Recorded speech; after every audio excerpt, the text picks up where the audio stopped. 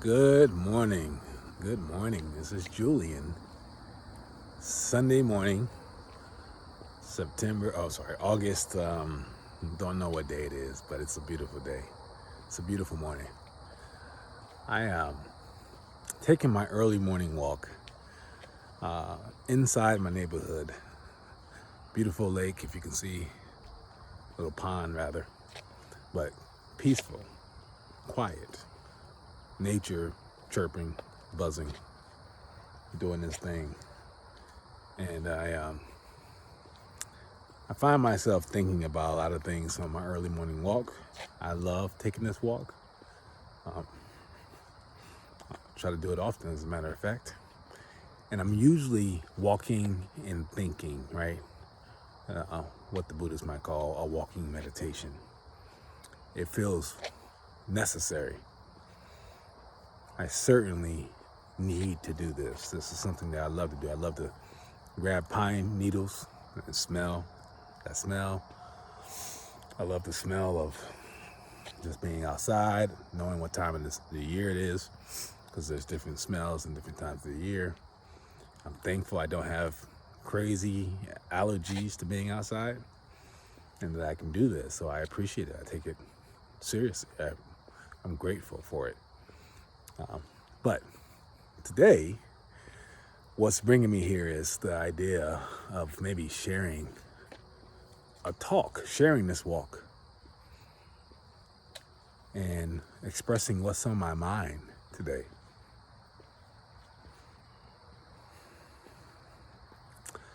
I think one of the big things that comes up for me today is really being grateful.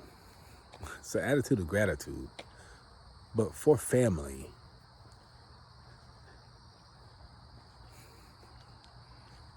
And I say that because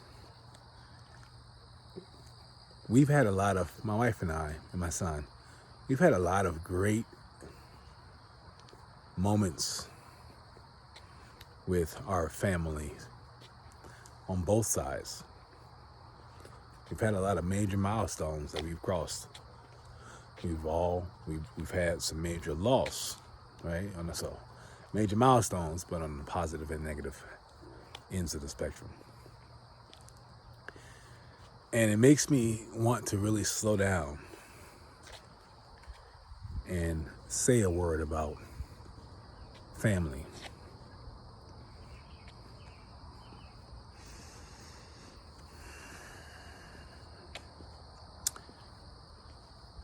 Not all family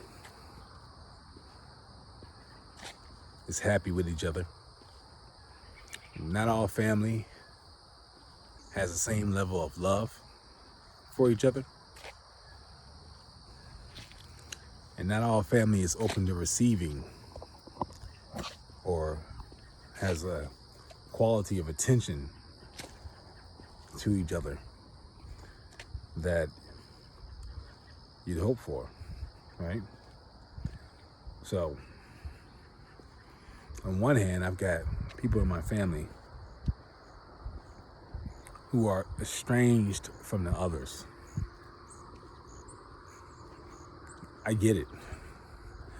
I suspect on both sides of those estrangements that each feels there's no way to bridge the gap. I've heard of the wrongs. I've been wronged myself by family, and I'm sure I know I've wronged others in the family. All that being true, it really strikes me as almost the difference between fixed mindset and growth mindset. This topic, this delineation keeps coming up. I was just talking about the difference of those mindsets with my daughter, one of my daughters, as she's navigating high school. But it's a challenge, or it's something that is evident and true no matter what level of life or who you are. That's true. You are either in a growth mindset or fixed mindset, and people around you are either in a growth mindset or fixed mindset. And, there's tools out there to know which one you're in. But I don't want to make it sound like the family challenge or dynamics are as simple as that, because they're not. There's real hurt, there's real wrongs, and there's real challenges to navigate when it comes to dealing with a family. Because these are the people that know you best. These are the people that saw you throughout multiple developmental stages of your life. I mean, this could be, for me, it's my aunts, it's my uncles, it's my grandparents, your mom, your pops, your dad. So I call my pops. He's my stepfather. I've never come around to calling him dad. And that's something that's psychological for me. It's deeply ingrained in me from early decisions that I made to just, it felt like a protection for me. But I call him Pops. And I love my pops. But it's not the same title as dad. I don't view it as less than either.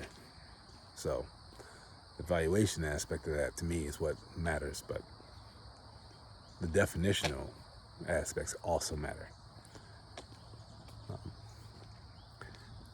But that's just one piece of kind of my construct, the constellation of how I think about family, and from the difference also from what I say and what I do, because you can intellectualize a lot of this stuff. And a lot of people do. They rationalize why they have family members who are estranged, why they can't talk to a certain family member, why somebody's basically blacklisted. They rationalize it, they justify it, and who am I to evaluate their justifications? That's really what I've come to in my life. I no longer can judge how other people build bridges or tear them down. Between family. I don't think that's right for me to do. It's not healthy. It doesn't help my heart. But here's what I do for me. I look at my life now like I'm building, just living my life is building a castle. And my castle has a moat around it. And inside the castle, there's what is it? A lunch area, a cafe. I forget what you call it. I forget what they call it in the military, but it's the eating place where you can get all your food and everything. And so I've got that inside the castle. We've got supply areas. We've got, quarters for people in the family to live. We've got everything that it needs for me to sustain not only just my life, but my immediate family's lives. And of course, that's been built out by our choices and the choices we don't make. So that's all something that we're living on the tip of the creation of by living our life. Every choice we make influences how our castle is designed and fortified or weakened or et cetera, et cetera. And for everyone that's not my wife or my kids, for everyone else, the stronger that I am in my kingdom, the stronger my spiritual and cultural and theatrical, the arts are in my castle. It's like building a city, but the castle. Stick with me on this analogy of a castle here.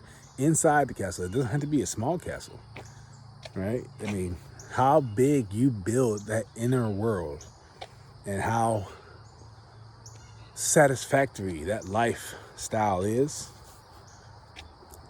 totally dependent upon how big you can build your capacity, based on love, based on vision, based on discipline, based on fun and enjoyment, based on your morality, your perspective, your flexibility, etc., etc., etc. So these are the things that I think about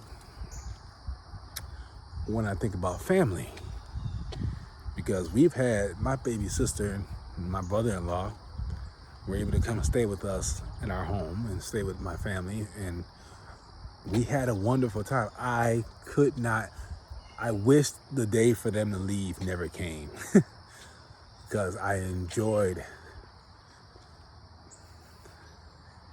being able to do that. I enjoyed being around them. I missed my baby sister. I miss her. I miss the energy. I miss having people around who just add different ingredients to the mix. And I miss it in a way of like, not like where I'm fretful or worried that it won't happen again. I just crave the diamondism of having them around. And yeah, sure, they want to get home to what they know and love. And I'm sure I would too after a certain amount of time. Like, hey, why don't y'all leave? Sure. So there's that aspect. But that's one major milestone that we've crossed recently that I see as myself in this kingdom as I build this legacy and we build our life on the structures that we evaluate the highest, that we prioritize for our life. That as we continue to do that we start to lay down drawbridges for other family members who come from other perspectives and have their own legacy that they're building for themselves. My job in my household is to restore bridges. And that's even, so I started off this conversation, this talk, stating that some people are estranged and basically looking at the potential negative sides of family and what I've been seeing and how some people operate with their family. I could do the same thing. I've got the same opportunities to estrange people. I don't view that as being worthwhile. And I don't view that as being my goal. What I view is having a fortified castle with a flourishing ecosystem inside that people are attracted to, and that when they come to, that they can enjoy and find a place and create relationships with others that are inside that castle, like my daughters, like my son, like my wife. Here's the challenge. I could want that all I want. It's a whole different level, whole different game to sustain, to keep the drawbridges down and not close them up when somebody in the family does something or you feel like you've been wronged again. It's very difficult for me to let go of past offenses, or not have past offenses influence present actions. Okay, so let's say somebody is a repeat offender or something, for example. It's a very difficult thing for me to forget the past offenses and not have that have a impact on my actions for what they do today. Or do they get access to my castle today? Do I let the drawbridge down? And it's difficult, for selfish, ego-driven reasons, right? Because, again, I think the protective nature kicks in for me, which is I can't let you in the castle if you're going to come in and spread the plague. That's one way to think about it. But at the same time, you have to, at some point, test the resiliency of your community. Test the infrastructure of your foundations, of your castle. Am I building a resilient kingdom? Am I modeling what to do to rectify wrongs? Or am I just trying to protect against having wrongs done in the first place? Because I think one of those two options is unreasonable. And I know which one it is, yes. So, for me, for my goal, what I'm thinking may be the right thing to do, go forward and understanding that everybody has a choice to choose who they want to relate to and connect with in their own families, is I'm going to keep extending invitations. I want to keep asking for forgiveness for myself, my past sins. And I want to keep encouraging that we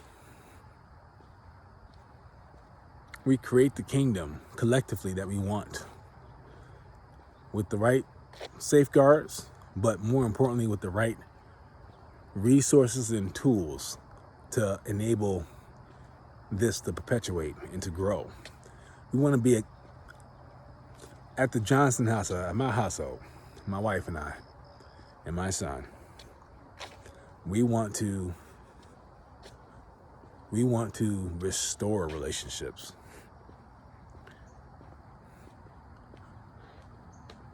Not hide.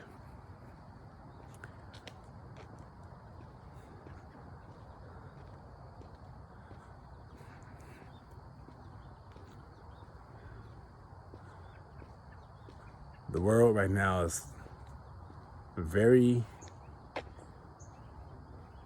nervous and panicky and fear infused. So we have to be wise about how we restore relationships. But that doesn't mean the same thing as not restoring relationships. We're just going to be wise throughout the process. So I welcome feedback on this. I welcome thoughts. I know dealing with family is a struggle and it's a joy. But I know a lot of people out there who have persevered. And can I say what I don't want?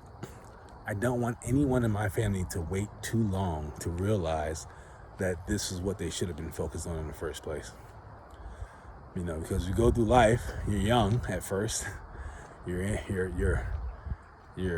get all kind of vigor and you're a zealot for whatever it is that you're a zealot for, right? Whether it's a relationship or if it's whatever it is, right? That's how life works. And then one day you get old, or one day, something happens to you. You lose the structure that you thought you had. You may lose support that you thought you had and certainly needed. And the only people who are truly connected to you since birth are actually your family. But that doesn't mean you get taken for granted. It means you build your castle and you invite people. You invite them in. So with that, thanks for the walk. Bye.